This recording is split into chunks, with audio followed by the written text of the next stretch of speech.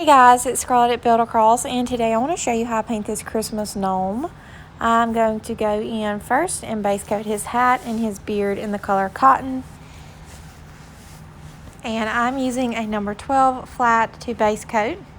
I'm going in now with putty for his nose. Next I'll go in with driftwood for this trim on his hat.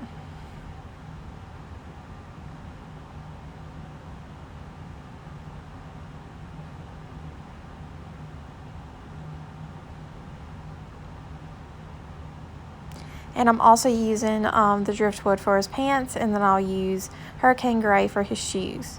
Now everything's dry, and I'm going in with the edge of my sponge brush, just like the end of it. It goes to a round point, and I am adding these polka dots, and I used honky tonk red and evergreen for those, just to add some Christmas colors up there. And now I'm going to go in with my Sharpie brush stroke marker and do some hand lettering, and I'm just writing Christmas on his hat, and then I'll begin to outline everything. And then once I'm done outlining and hand lettering, I'm going to go in with a number 4 round and the color cotton, and I'll highlight everything that's not white.